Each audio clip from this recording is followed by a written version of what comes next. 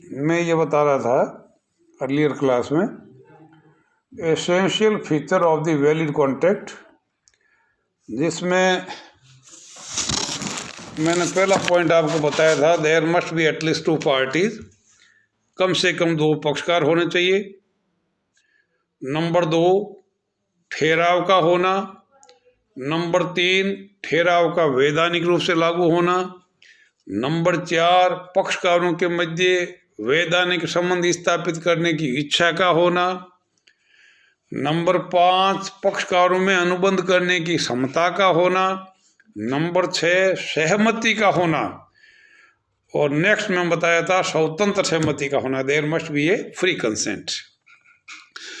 जब तक स्वतंत्र सहमति नहीं होगी तब तक आपका वैलिड कॉन्ट्रैक्ट नहीं होगा। और स्वतंत्र सहमति के लिए मैंने आपको बताया, यदि आपकी सहमति उत्पीड़न, अनुचित प्रभाव, कपट, मिथ्या वर्णन और गलती के द्वारा प्रेरित है तो वो फ्री कंसेंट नहीं होगी। नेक्स्ट पॉइंट है उद्देश्य एवं प्रतिफल की वैधता। There must be a lawful objective and consideration.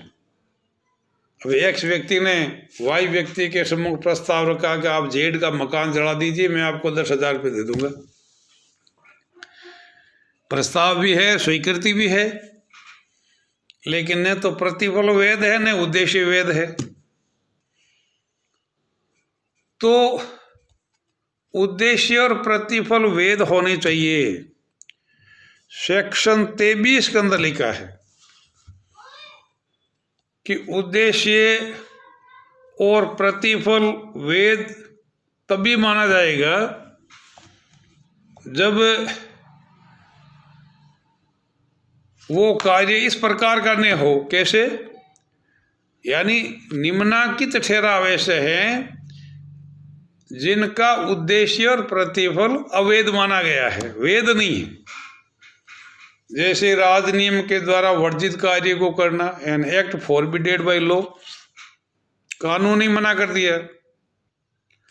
दूसरा, ऐसे कोई कार्य जिनको अगर स्वीकृति दे दें तो राज नियम के नियमों को निष्फल कर देगा, कानून की धज्जियां उड़ा देगा।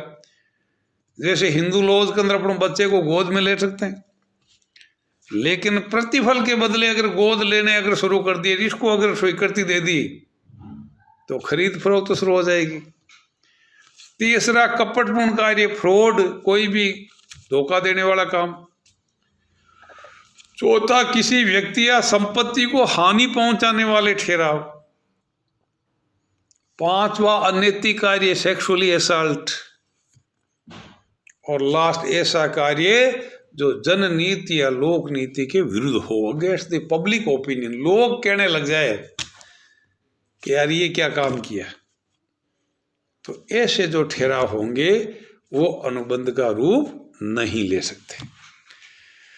नेक्स्ट पॉइंट है कि इस प्रकार के जो ठहराव है वो स्पष्ट रूप से व्यर्थ घोषित नहीं होने चाहिए।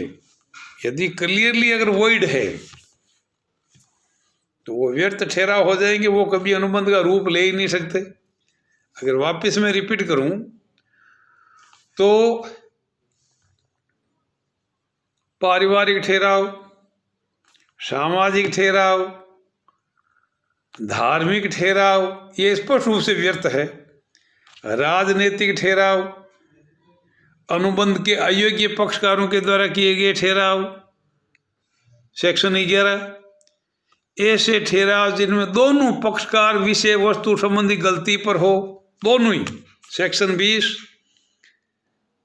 विदेशी राज नियम की गलती वाले ठहराव, that concern with the foreign law, section 21। क्योंकि हम किसी व्यक्ति से ये अपेक्षा नहीं कर सकते कि वो विदेश के कानून के बारे में भी जानकारी रखेगा। दूसरे पक्षकार की जिम्मेदारी है कि वो तथ्यात्मक रूप से उनके सामने प्रस्तुत करें, नहीं करता है, वॉइड। अवैध प्रतिफल एवं उद्देश्य वाले ठहराव, सेक्शन 23। सेक्शन 24, ऐसे ठहराव जिनका उद्देश्य और प्रतिफल आंशिक रूप से अवैध हो। अब आंशिक रूप से वैध और अवैध हैं, यदि वो पृथक करने योग्य हैं तो जो भाग वेद है वो प्रवर्तनीय हो जाएगा, जो अवेद है वो व्यर्थ हो जाएगा। अगर प्रत्यक्ष करने योग्य नहीं है तो पूरा का पूरा ठहराव व्यर्थ। सेक्शन 25 बिना प्रतिफल वाले ठहराव। सेक्शन 26 विवाह में रुकावट डालने वाले ठहराव। सेक्शन 27 व्यापार में रुकावट डालने वाले ठहराव। सेक्शन 28 वैधानिक कार्यवाही में रुकावट डालने वाले ठहराव। सेक्शन 29 अनिश्चित जिनका अर्थ ही क्लियर नहीं हो, अनसर्टेन, अनिश्चित अर्थ वाले ठहराव। सेक्शन 30 सट्टे के ठहराव, स्पेकुलेशन। और सेक्शन 56 असंभव कार्य से संबंधित ठहराव। ये जो मैंने बातें कही है ये स्पष्ट रूप से व्यर्थ हैं। These are the clearly void, impossible, whether it is known to party, whether it is unknown to party. Impossible is always impossible. यदि कोई ऐसे वचनों का आदान प्रदान हो गया जिसमें घटित होना असंभव हो, व्यर्थ है। सट्टे का ठहराव कानूनी रूप से वर्जित है। अनिश्चित, आप जैसे मान लीजिए, सपोज करो सेक्शन 29, एक्स ने वाई को प्रस्ताव रखा कि आप तेल भेजिए। वाई के पास में तिल्ली का तेल भी है, अरंडी का तेल भी है, सरसों का तेल भी है। The thing is not clear.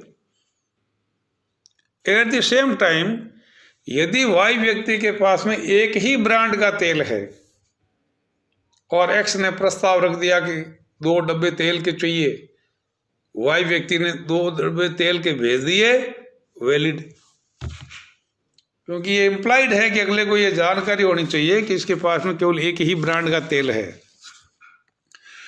इसी तरीके से हर आदमी को जो है वैधानिक बचाव प्राप्त करने का अधिकार है। अगर कोई इसमें दखलंदाजी पैदा करता है, गलत है, व्यर्थ है, कर नहीं सकता, वॉइड है ये। तो इसी तरीके से हर आदमी को वैधानिक रूप से अपना कारोबार, जीविकोपार्जन के लिए काम करने का अधिकार है। इसमें कोई बाधा खड़ी करता है, व्यर्थ है। और लास्ट पॉइंट में बोलूं कि यदि आवश्यकता हो तो लिखित, प्रमाणित एवं पंजीकृत होना चाहिए। If in case of need, यदि लिखित की आवश्यकता है तो इट मस्ट बी रिटन। यदि अटेस्टेशन की आवश्यकता है तो it must be attested.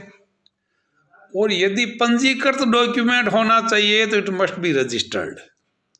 In case of need it must be return, it must be attested and it must be registered. And the thing is over. इसी के साथ में ये चैप्टर समाप्त। क्वेश्चन की शुरुआत अपने इस रूप में करी थी, अनुबंध से आपका क्या अभिप्राय है? वेद अनुबंध से संबंधित वैधानिक प्रावधानों की विवेचना कीजिए। That's all.